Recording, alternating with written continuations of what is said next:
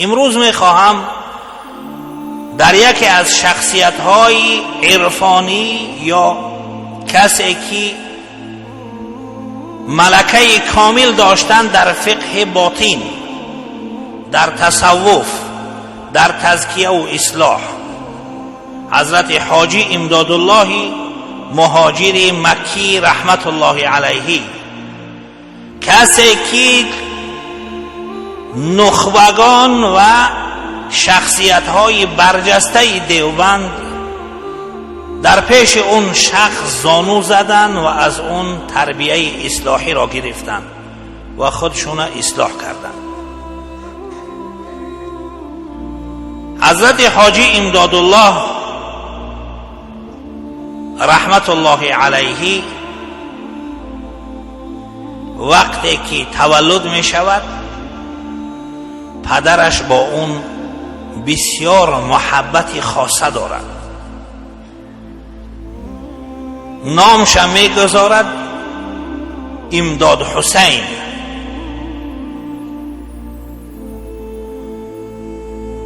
وقتی که با حضرت شاه محمد اسحاق دهلوی رحمت الله علیه ملاقات میکند، حضرت شاه محمد اسحاق رحمت الله علیه نامش را از امداد حسین برمیگرداند به امدادالله.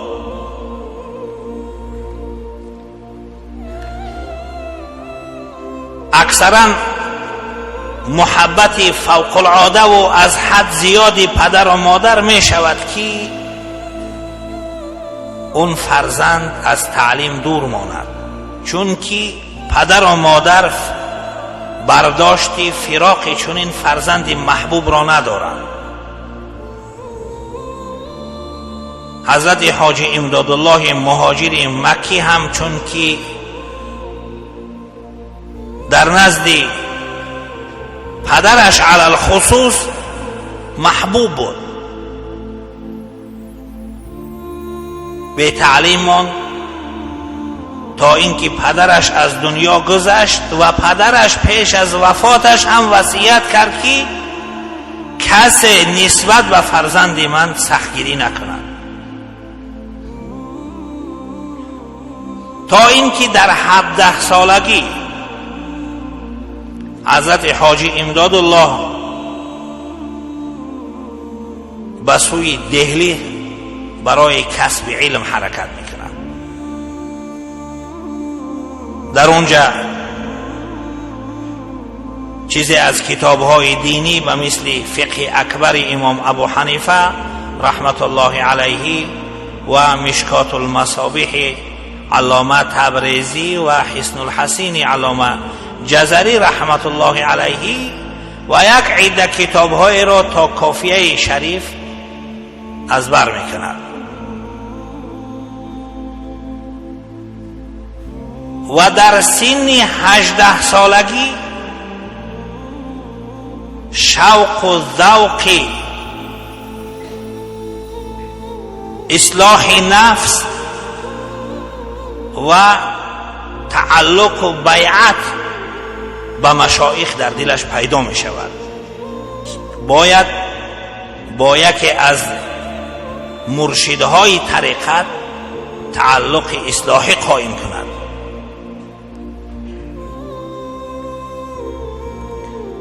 در همون زمانه شخصیت مشهور و معروف بود در سلسله نقشبندیه،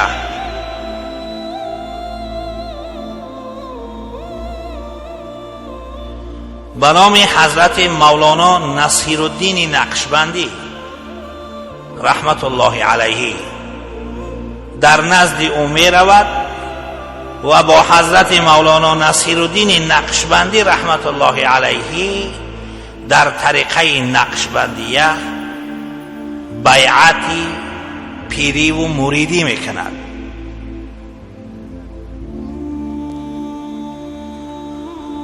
در همین اثنا خواب میبیند. خواب میبیند که در یک مجلس رسول خدا صلی الله علیه و سلم حضور دارند. مردم همه به زیارت رسول خدا صلی الله علیه و سلم می روند، اما حضرت حاجی امدادالله از جهت ادب بسیار نمی تواند که نزد رسول خدا صلی الله علیه و سلم رود. بسیار شخصیت با ادب بودند. اگر فرصت شود بعد حکایت ان شاء الله چند ادب از ادب‌های حضرت حاجی و آداب از آداب علمای دیوبند را هم در ضمن ذکر میکنم. از روی ادب بسیار نمیتواند که در خوابش در مجلس رسول خدا صلی الله علیه و سلم حاضر شود. ناگهان بابایش جد امجدش می آیند و دستش را می گیرند و نزد رسول خدا صلی الله علیه و سلم می برند.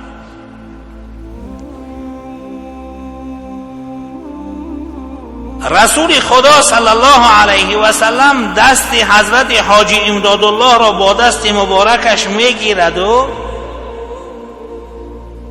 به دستی مولانا نور محمد جنجانوی رحمت الله علیه، یکی از شخصیت‌های برجسته و ممتاز در سرزمین هند و مرشد طریقه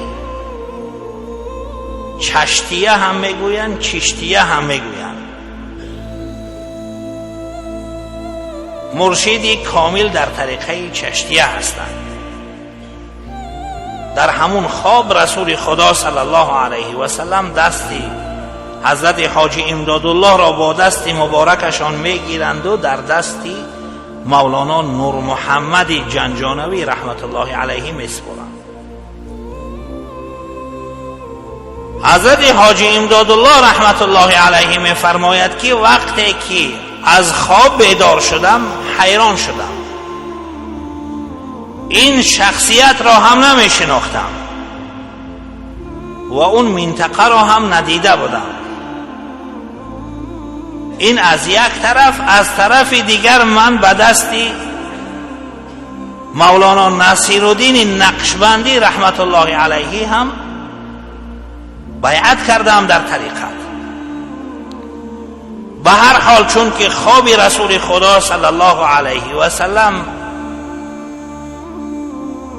خوابی هست که در راست بودن اون هیچ شک و شبهه نیست، چون که شیطان امکان دارد به هر صورت در خوابیننده خودش را تبدیل کند مگر به صورت انبیا علیهم السلام.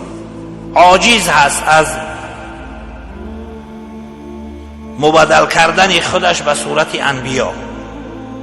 برای همین رسول خدا صلی الله علیه و سلم فرمودند که هر کسی که من را در خوابش دید او به تحقیق من را دیده است. فإن الشیطان لا یتمثل بی، چون که شیطان نمیتواند که خودش را مثل من گرداند. حضرت حاجی امدادالله رحمت الله علیه حرکت میکند به سوی جنجانه، همون منطقه‌ای که حضرت مولانا نور محمد در اونجا زندگی میکرد. وقتی که روبرو میشوند تا حال سلام نکردن، حضرت مولانا نور محمد جنجانوی میفرماید که به خواب دیدگیت باور کردی؟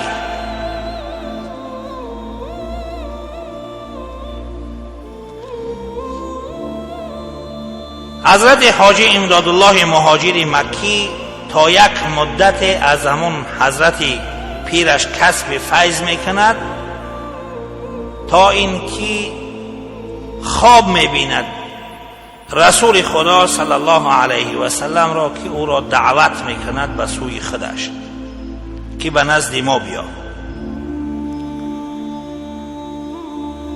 به آمادگی کدام توشه راه در همون سال حضرت به قصد حج بیرون می شود از هندوستان. تا اینکه برادرانش از پشت توشه اون را هم میفرستند. سفر حج را میکند، در مکه مکرمه در نزد حضرت شاه محمد اسحاق دهلوی رحمت الله علیه تا چند مدت کسب فیض میکند. بعد از آن به مدینه منوره میرود و از مدینه منوره برمیگردد، باز در مکه مکرمه اقامت میکند و بالآخر دوباره به سرزمین هند باز میگردد. این همون زمانی هست که مرشدش او را اجازه مرید گرفتن داده است، یعنی برایش خط ارشاد داده است. اکنون خلیفه مجاز شده است.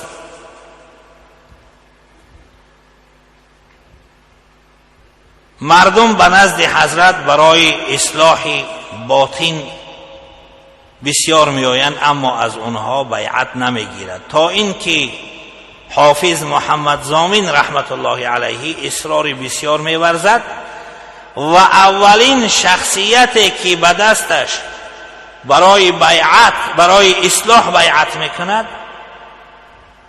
حضرت مولانا رشید احمدی گنگوهی رحمت الله علیه است.